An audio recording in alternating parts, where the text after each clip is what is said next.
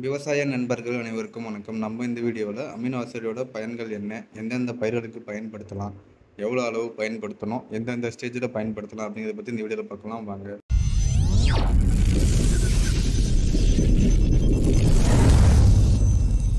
நம்ம தாவரங்களுடைய சீரான வளர்ச்சிக்கு ரொம்ப முக்கியமானது பார்த்தோம்னா புரோட்டீன் தாங்க. அந்த புரோட்டீன்ஸை உருவாக்குற மூலக்கூறாவே செயல்படுறது தான் பார்த்தோம்னா இந்த அமினோ ஆசிடுங்க.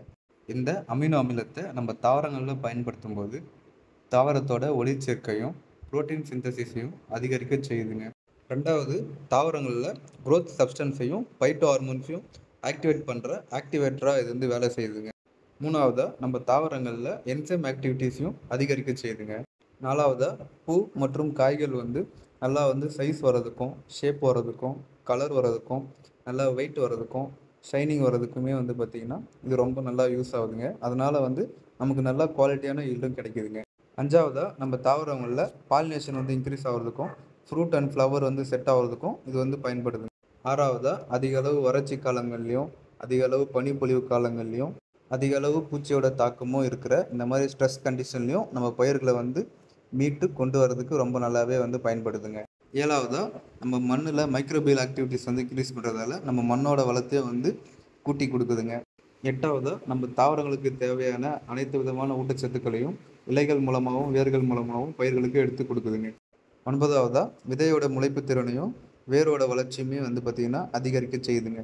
அடுத்து, இந்த அமினோ ஆசிட் பார்த்தோம்னா நமக்கு ரெண்டு விதமாக கிடைக்குதுங்க. ஒன்று பார்த்தோம்னா லிக்விட் ஃபார்மில் கிடைக்குது, ரெண்டாவது பார்த்தோம்னா பவுடர் ஃபார்மில் கிடைக்குதுங்க. லிக்விட் ஃபார்மில் பார்த்திங்கன்னா ஏமின்ற பேர்லையும், பவுடர் ஃபார்மில் பார்த்தோம்னா அமினோ பாஸ்ன்ற பேர்லையும் கிடைக்குதுங்க. லிக்விட் ஃபார்மில் யூஸ் பண்ணும்போது நம்ம ஒரு ஏக்கராக்கு 1/4 லிட்டர் வரைக்கும் யூஸ் பண்ணிக்கலாங்க. அதாவது 10 லிட்டர் டேங்க்கில் ஒரு டேங்குக்கு 30 ml வரைக்கும் யூஸ் பண்ணிக்கலாங்க.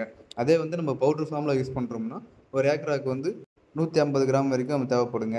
அதாவது 10 லிட்டர் கேனில் ஒரு டேங்குக்கு 5 கிராம் வரைக்கும் நம்ம யூஸ் பண்ணிக்கலாங்க. இதில் அஸ்பரேட், செரைன், குளுட்டாமேட், கிளைசின், அர்ஜைன், புரோலைன் அப்படின்ட்டு 18 வகையான அமினோ ஆசிடும் அது கூட பார்த்திங்கன்னா கார்போஹைட்ரேட்டும் கலந்து இருக்குங்க. இந்த அமினோ ஆசிட் ப்ராடக்ட்ஸை நம்ம அனைத்து விதமான காய்கறி பயிர்கள், பூ பயிர்கள், பழ வகை பயிர்கள், மர வகை பயிர்கள், தானிய வகை பயிர்கள், பயிர் வகை பயிர்கள் அப்படின்ட்டு அனைத்து விதமான பயிர்களுக்கும் பயன்படுத்திக்கலாங்க. இந்த அமினோ ஆசிட் மருந்தை நம்ம பயிர்களில் 5 நாளைக்கு மேலே அனைத்து விதமான ஸ்டேஜுகள்லையும் பார்த்தோம்னா பயிரோட வளர்ச்சிக்கு பயன்படுத்திக்கலாங்க. இந்த அமினோ ஆசிட் மருந்தை அனைத்து விதமான நோய் மருந்துகள் கூடயும் பூச்சி மருந்துகள் கூடயும் கலந்து ஸ்ப்ரே பண்ணிக்கலாங்க.